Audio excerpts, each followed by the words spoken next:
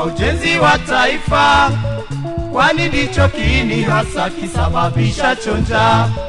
Ewe ndugu yangu we, amka kumekucha, kamata jembe na panga, twende shamba. Hata wewe mwanangu, amka kumekucha, kwani hizi ndizo saa za kwenda shule. Hata wewe karani, amka kumekucha, kwani hizi ndizo saa za kwenda kazi.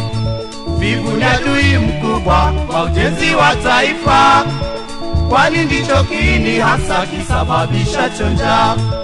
Ewe ndugu yangu we, amka kumekucha, kamata jembe na panga, twende shamba. Hata wewe mwanangu, amka kumekucha, kwani hizi ndizo saa.